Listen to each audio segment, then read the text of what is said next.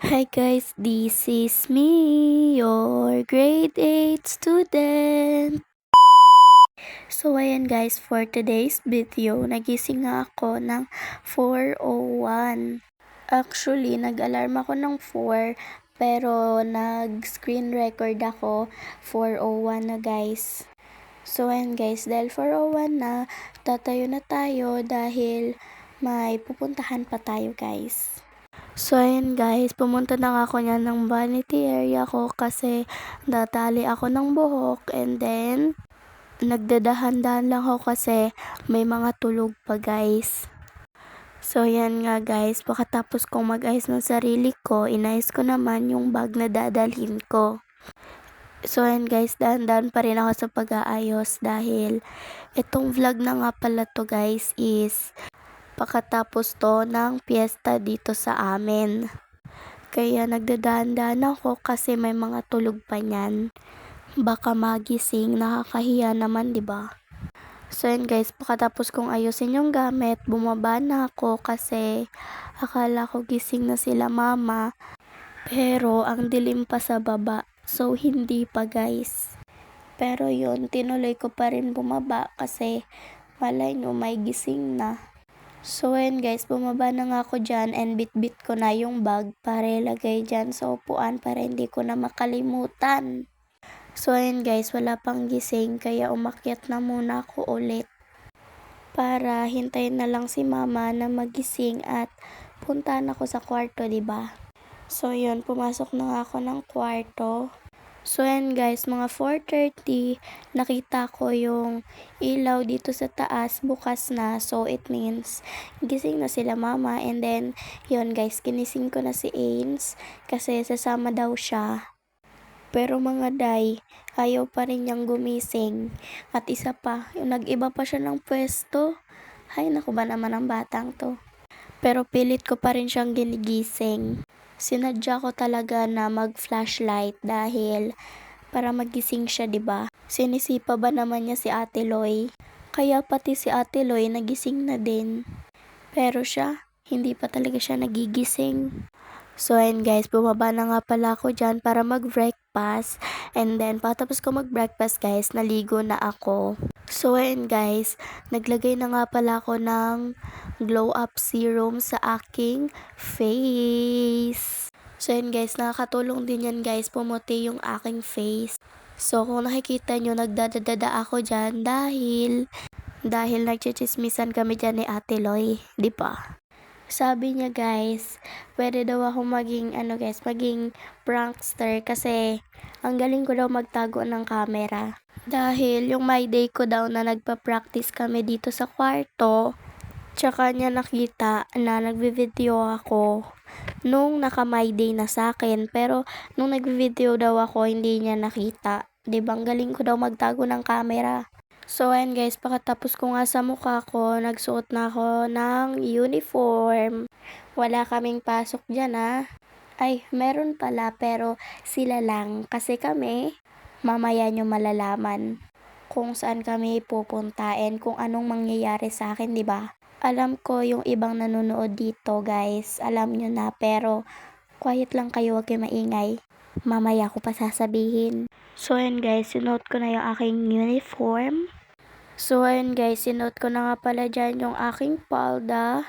Pagkatapos kong isuot guys yung palda, sinunod ko naman yung aking medyas. So ayun guys, ginawa ko na nga pala yan na time-lapse para mabilisan lang. Uy, pagkatapos ko nga gawin lahat-lahat, magpapahatid na ako kay Papa sa school. Kasi ang call time namin is before 6, dapat nasa school ka na. O, 'di ba? Kasi malayo pa yung pupuntahan namin. Pupunta nga pala kami sa Tapayas Elementary School and Tapayas National High School. Dalawa guys yung pupuntahan namin dahil nung una, akala namin sa elementary school kami ng Tapayas, pero sa high school pala kami iko-contest. O yun guys, narinig nyo na. Iko-contest pala yan si ate nyo girl. So yun guys, paalis na nga pala kami dyan. Actually, nakaalis na kami yan. So ayan, hindi pa man din, haggard na ang ate nyo girl. So ayun guys, pa 7 na ata niyan or 6 pa din. Basta kahit anong oras pa yan, umalis na kami niyan guys. Kasi pupunta kami ng Balatan sa Tapayas Elementary School. So ayun guys, tumigil nga pala kami dito sa North dahil yan, kakonvo namin yan guys. So yan, bumili nga pala kami dito sa gilid ng North. May tindahan kasi, bumili kami yan guys. Para bang nagbabiyahe, kumakain-kain kami, 'di ba? Para hindi kami magutom. So yan guys, ito na nga, nagbabiyahe na nga ulit kami. Kasi mga ante, kung hindi kami yan umalis pa, ano oras yan kami niya makakarating, 'di ba? So ayan guys, dito na kami sa Balatan. So madali na guys, makikita na natin yung Tapayas Elementary School. O, 'di ba? So ayan guys, dito na nga pala kami, kaya yon, pababa na kami guys. So ayan guys, bumaba na nga pala ako dyan. So ayan guys, papunta na nga pala kami dyan sa Tapayas Elementary School. So ayan guys, nag-aayos na kami dyan sa elementary na yan. May nagsabi sa amin na, "Ma'am, sa ano kayo? Sa Tapayas National High School kayo?" Andito sila papa, 'di ba? Yon. Sabi ko, doon na lang tayo sumakay kay La Papa. Kaya nakasama si Ains, si Ate Loy kasi dala-dala ni Papa yung sasakyan. So, yun, di ba? Nagbabiyahe na kami papunta doon. And yun, sabi ko kay La Ate kasi nakasulat doon sa parent consent is Tapayas National High School. So, yan, pumunta din daw sila dito and then hinanap din daw nila ako. Kasi nga nakalagay doon sa parent consent is Tapayas National High School. Pero napadpad kami sa Tapayas Elementary School, 'di ba? Ang galing. So ayan guys, iko-contest nga din pala dyan si Mother sa choir sila. So ayan guys, naka-makeup na kami sa Tapayas Elementary School pero yung event pala namin dito sa high school guys, 'di ba? So ayan guys, pagdating nga namin may nag-orientate na doon sa second floor. So, pagkatapos nun, pinapunta na nga pala kami dito sa waiting area. Habang nandyan nga pala kami guys, inaano ko yung aking mga sasabihin. So, ayan guys, bumalik na nga pala kami ng elementary school pagkatapos kong i-contest. Actually, dalawa kaming kinontest, dalawa kaming magkasama. Kung nakita niyo naman yung mukha ni auntie nyo, 'di ba? Mukhang umiyak. Talaga ate, umiyak talaga ako dyan. Di ko na sasabihin kung bakit, basta ha. Yun. So, eto na nga, sila mama na nga. Yun, si mama guys, yung nauuna. So, yun guys, nagpa-perform na nga pala dyan sila Mother. Tinatamad ako iparinig sa inyo, wag na guys. So, habang nagpa-perform sila, don't forget to subscribe my YouTube channel. Punta na kayo doon and may vlog din ako doon. And ito, ipopost ko rin to doon sa YouTube. So, ayun guys, punta na kayo ng YouTube channel ko.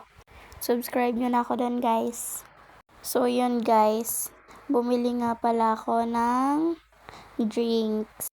So, pagkatapos yan, pinaalam na ako nila mama na kung pwede na akong sumabay sa kanila kasi yun, uuwi na sila. Pero, pinayagan ako guys, kaya sumama na ako sa kanila. So, yan guys, eto na nagbabiyahe na kami pa uwi. Yes. So, yun guys, ito na nga yung reaction ng kapatid ko nung nakita niya na yung McDo. Be, hindi pa yan ha. Letter M pa lang yan. So, yun guys, tumatawa na pala kami dito sa kotse kasi yung reaction ng kapatid ko, ayan guys, so. So, yun guys, diba, ayun yung parking lot ng McDo. Pero tingnan nyo gagawin namin dyan. Ayan na guys, diba, nandun yung parking lot. Tingnan mo ginawa ni Papa. Akala ko guys, magda-drive-thru na kami.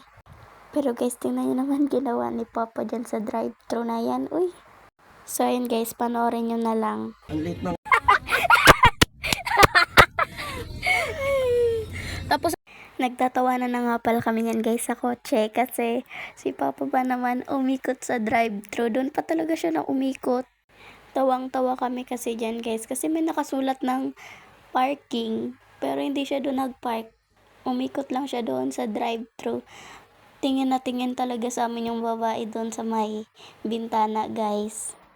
As in, tumawa sa amin yung mga nandoon sa may bintana yung doon mo kinukuha yung order mo. Tawang-tawa talaga. So, yan guys. Dito na kami sa McDonald's. Guys, papunta na kami dyan. Pero, tumatawa pa din talaga si Ate Loy. So, yan guys. Nag-order na nga pala kami. So, yan guys. Habang nag-order si Papa ng aming pagkain, tinatanggal ko na nga pala dyan guys yung makeup ko kasi ang katinagay sa face. So, ayan guys, tinanggal ko na. Yung una, lipstick lang yung tinatanggal ko, pero na-decidean ko na hindi, tatanggalin ko na lahat buong face. So, ayan guys, di kasi ni Mama dinala yung wipes. Kaya yan, tis-tis kami sa, guys, tissue. So, ayan guys, pagkatapos kong matanggal, nag-lip tint lang naman ako. At ang dami pa nung nilagay ko. Ano ba yan, ate ko? So, syempre, nasa harap tayo ng salamin, hindi mawawala dyan ang picture-picture. Pagkatapos ka namin mag-picture-picture, ayan na nga siya guys, kumakain na. So, that's our order guys. Ayan yung mga order namin. Nagbo-burger nga palang at nyo. So, ayan guys, pagkatapos nga namin kumain ng McDo is, pumunta nga pala kami dyan sa Korean store. Yan, pupunta nga pala kami dyan sa Korean store na yan, guys. Kasi nagki-crave kami niya ni Ate Loy ng buldak, seaweeds. Una niya nga nakita, guys, yung buldak. Ako naman, guys, wala akong ibang pinuntahan, kundi itong mga seaweeds. So, yan, guys, eto na nga, nakabili na kami. OMG! So, yan guys, papasok na nga pala kami ng kotse kasi maalis na kasi excited na kami kumain. Uy! So yan, pinakita nga pala namin yung kay La Mama. Yan. And then, dalawang pala dyan, buldak ang binili namin. Iba yung klase ng isa, iba na nito. Tapos, bumili kami ng 3 seaweeds. So, yan mga auntie ko, pauwi na nga pala kami niyan. So, dahil pauwi na kami, anong gagawin? Malamang magbababay na sa inyo. So, ayun guys. Thank you for watching. See you on my next vlog. Bye-bye!